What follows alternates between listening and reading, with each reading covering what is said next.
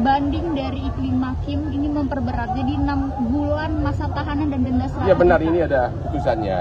Jadi di tingkat banding Iklim Hakim yang semula di Pengadilan Negeri Jakarta Utara hanya dihukum 6 bulan masa percobaan, di Pengadilan Tinggi malah diperberat menjadi 6 bulan penjara tanpa percobaan, ya, tanpa percobaan. Jadi benar-benar 6 bulan penjara. Sebenarnya di Pengadilan Negeri Jakarta Utara pun ada 2 pendapat dari 3 hakim itu. 2 mengatakan 6 bulan percobaan, 1 hakim dissenting mengatakan 8 bulan penjara, ya. Jadi tapi di tingkat banding semuanya suara bulat, 6 bulan penjara. Oke. Karena hakim mengatakan bahwa dia juga sama peranannya dengan si botak itu, gitu loh, ya. Sama peranannya, sama-sama menyadari bahwa menyebarkan tuduhan-tuduhan tanpa ada bukti. Mereka berdua menyadari itu, gitu loh, ya. Oke. Putusan banding terhadap Iklim Hakim akan membuat Rasman semakin nggak bisa tidur, ya kan? Semakin nggak bisa tidur. Karena apa? Karena Pengadilan Tinggi sudah menyatakan bahwa Iklim Hakim itu bersalah bersama-sama dengan Rasman. Bahkan ada kemungkinan Rasman bisa dinaikkan hukumannya. Kira-kira begitu.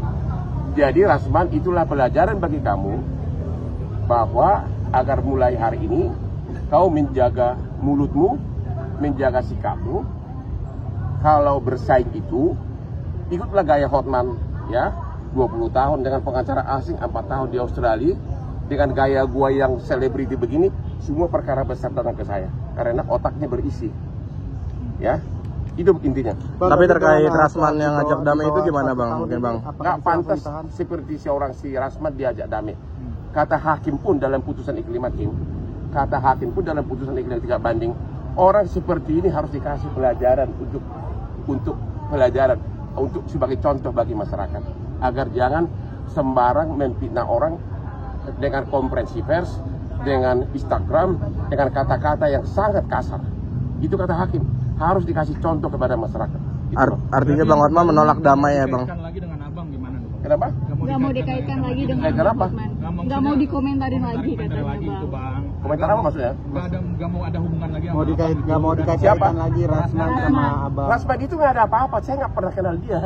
Rasman ini is nobody for me, dia bukan saingan gua. He's just a small boy dari kampung.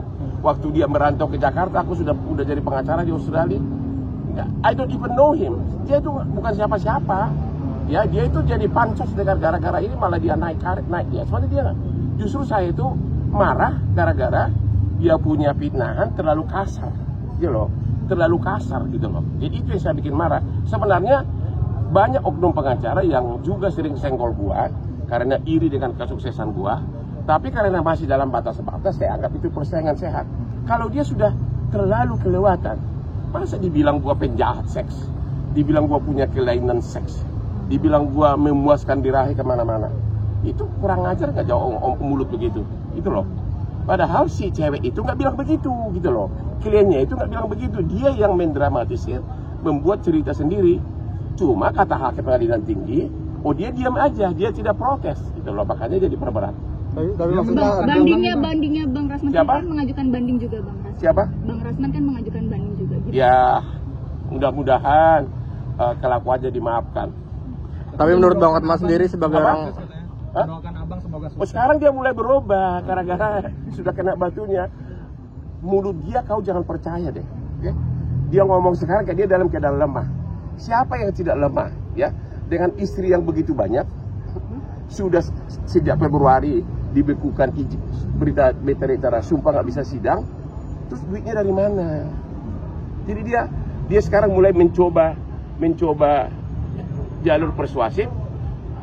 I will say, I don't care about you.